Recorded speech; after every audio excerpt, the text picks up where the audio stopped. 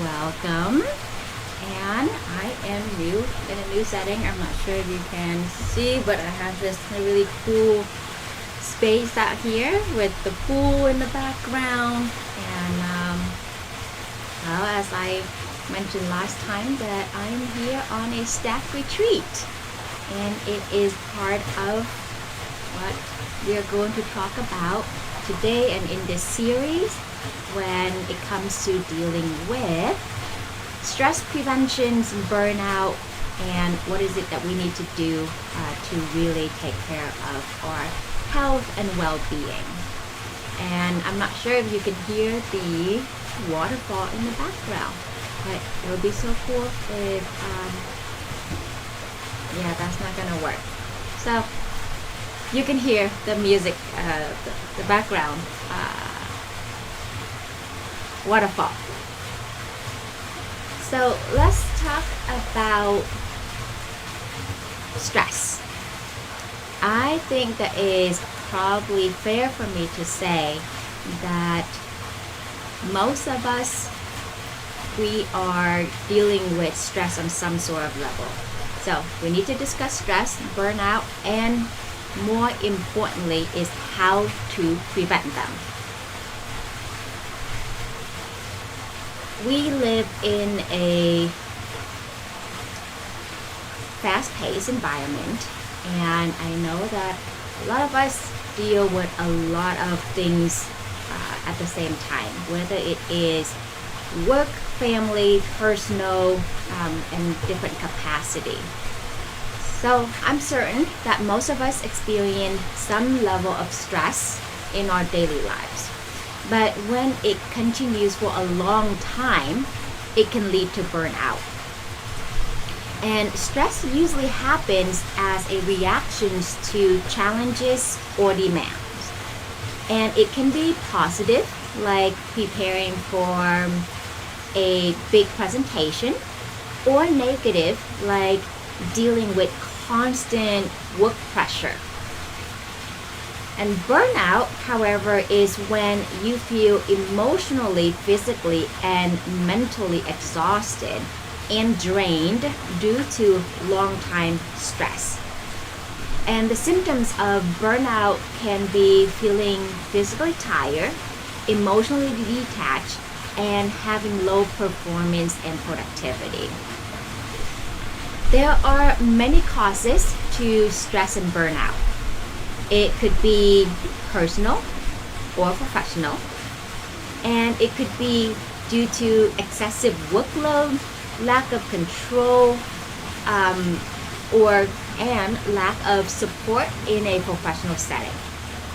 And in a personal, it could be family responsibility, financial pressures, and health issues. And so it is important to identify them, the causes, in order to address them effectively. So let's look at some of the techniques for prevention of stress and burnout. There are 5 things for you to do to prevent stress and 5 things you can do to prevent burnout. We are going to cover one of the techniques to prevent stress and the rest in the upcoming sessions. The first prevention of stress is time management. Effective time management can help you balance your responsibilities, lower your stress and anxiety, and improve your overall well-being. Time management involves planning and controlling how you spend your time activities. The aim is to increase efficiency, effectiveness, and productivity.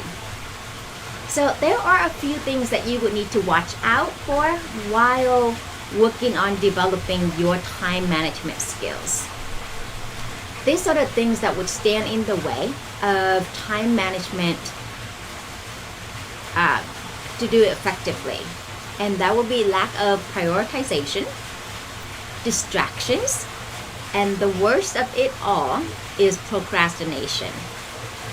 For me, I get stressed out when things get piled up. And I can't afford to procrastinate either because I have a couple of business and a team of staff to manage. So I make it a habit of mine that if I could take care of something less than a few minutes, I would get them done there and then. To get that out of the way is not only chipping things away, but it also free up my mental space and energy as well. And good time management not only reduces stress, it improves productivity and give you more time for leisure activities and relaxation. It also enhances your decision-making skills to help you achieve work-life satisfaction. So what do you need to do to have effective time management? First is set SMART goals. And some of you might have heard me talk about this already in previous videos. SMART stands for specific, measurable, achievable, relevant, and time-bound. And next would be prioritize your task. Use this Eisenhower matrix to categorize tasks by urgency and importance. The 34th President of the United States reportedly used this principle to organize his workload. So what you can do is there's this 4 quadrant here. I hope that this will capture it. Yep. So here you have urgent, and you have non-urgent, and then you have important, and you have non-important.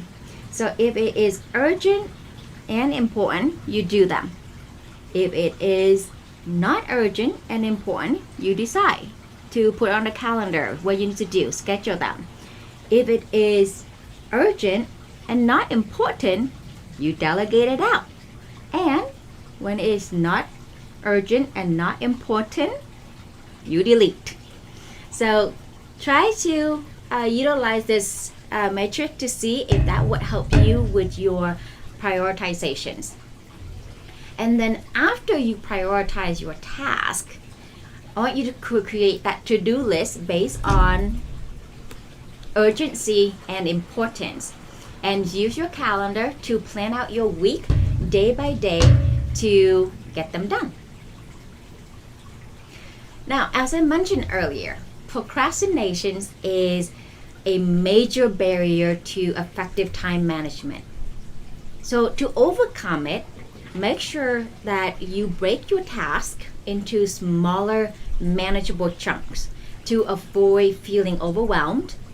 And then make sure to start with the easy part to give you that momentum, to give you that confidence to continue to move forward. So for example, let's use a 100-page thesis as an example. A 100-page paper might sound overwhelming, but if we break it down to 10-page sections, it's still a lot, but less intimidating. And with 10 pages, you can break it down further into 5 2-page sections. And writing 2-page is about 8 to 10 paragraphs. And with each paragraph having 5 to 7 sentences. And how long do you think it would take to write 7 to 10 sentences? Maybe 15 minutes to half an hour. 15 to 30 minutes.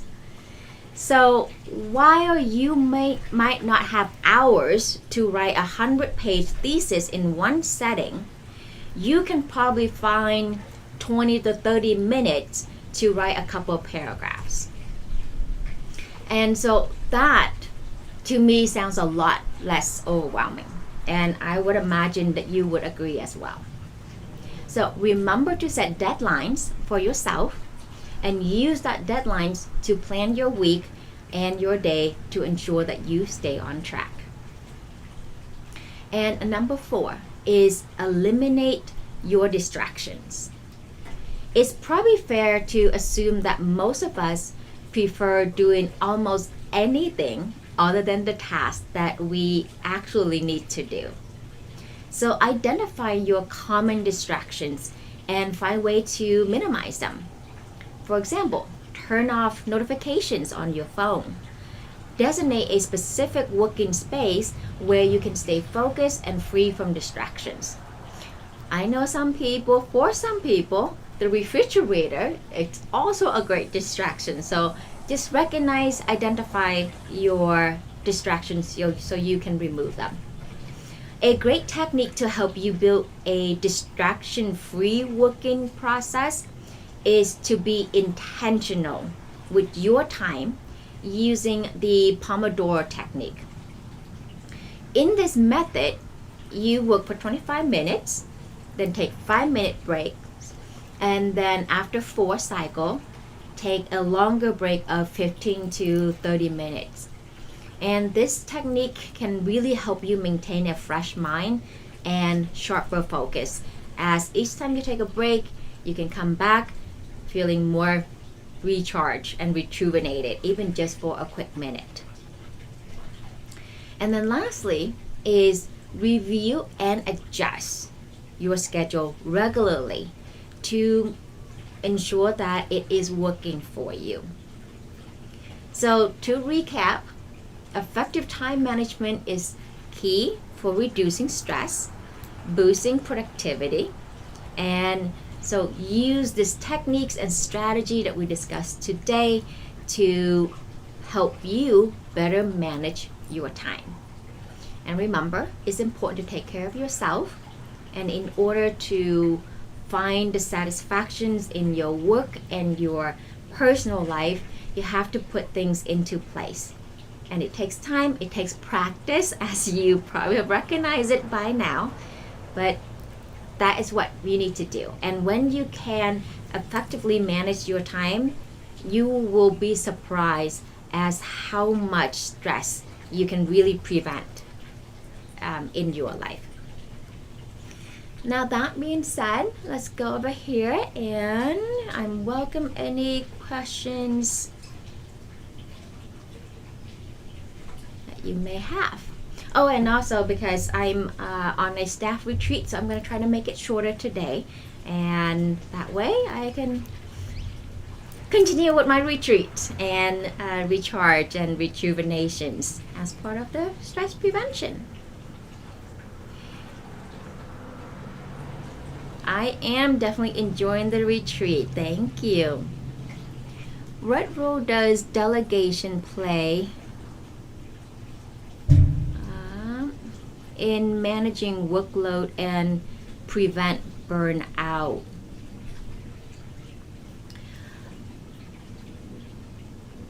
Well, delegation distribute tasks among team members, and so this would reduce individual workload, because I know when it comes to certain working professions setting, there is the working horse syndrome.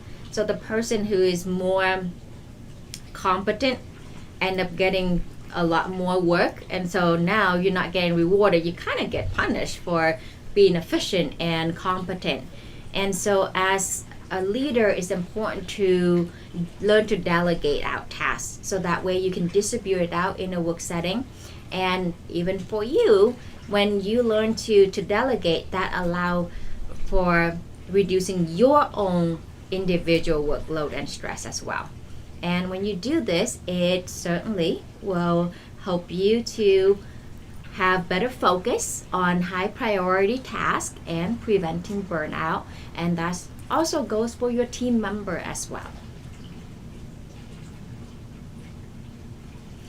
How can breaking tasks into smaller manageable chunks can help overcome procrastination? Hold on here. How can breaking tasks into smaller manageable chunks help overcome procrastinations? Yes. So when you're breaking your task into smaller chunks, it makes them less daunting and more manageable, which helps overcome the procrastinations. A lot of time with clients of mine, they procrastinate because it's overwhelming, it's daunting, because it's such a big task to start something.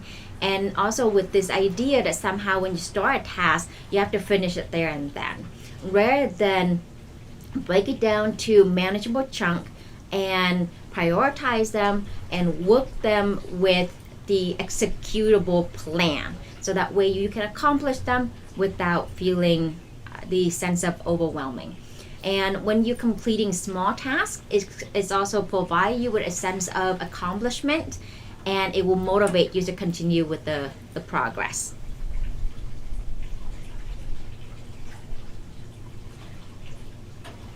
What are some healthy lifestyle choices that can contribute to stress reductions and prevent burnout? Some of the healthy lifestyle choices, like regular exercise, a balanced diet, adequate sleep, hydrations, and social activities, can really help manage stress levels and also prevent burnout by promoting this physical and mental well-being on your daily basis. Can you explain the difference between positive and negative stress and provide example for each? Absolutely. So when it comes to stress, positive stress is something that it can motivate and focuses your energy, versus when it is negative stress, it causes anxiety and it can decrease the performance. And so when with the negative stress, it could be dealing with constant work pressure without support. And when it comes to positive stress, maybe like preparing a big presentations that can lead to growth in your professional setting. So it can be still stress, but it is something that will motivate and energize you as well. Why is it important to regularly revisit and adjust your schedule? Well, regularly reviewing and adjusting your schedule is to make sure that it remains effective and is aligning with your goals. And with this, it will also allow you for flexibility in handling unexpected tasks, and also help maintain a balance between work and personal life. And also the thing here is that as you grow, your effectiveness, your way of working will also change. And so just think of like going to the gym, right? When you first started out, you probably not going to be able to bench, let's say 250 pounds. But if you started with 10, and as you continue to work out, you can't just stay at 10 if you're going to want to build resistance and do that. So then you're going to increase it over time. So same with this, when we are learning to figure out our schedule and the effectiveness of it, we also have to do a regular review and adjust accordingly. All right, guys. Well, thank you again for joining me today. And I hope that you will put these techniques into practice. And I look forward to seeing you next week. I'm going to go back and enjoy the time with my team, because we're going to make the most of this Sunday. And I hope you also make the most of your Sunday. Be kind to yourself and be kind to others. And remember to like and subscribe for more. And please hit that share button to spread some love and knowledge. I look forward to seeing you next week. Ciao!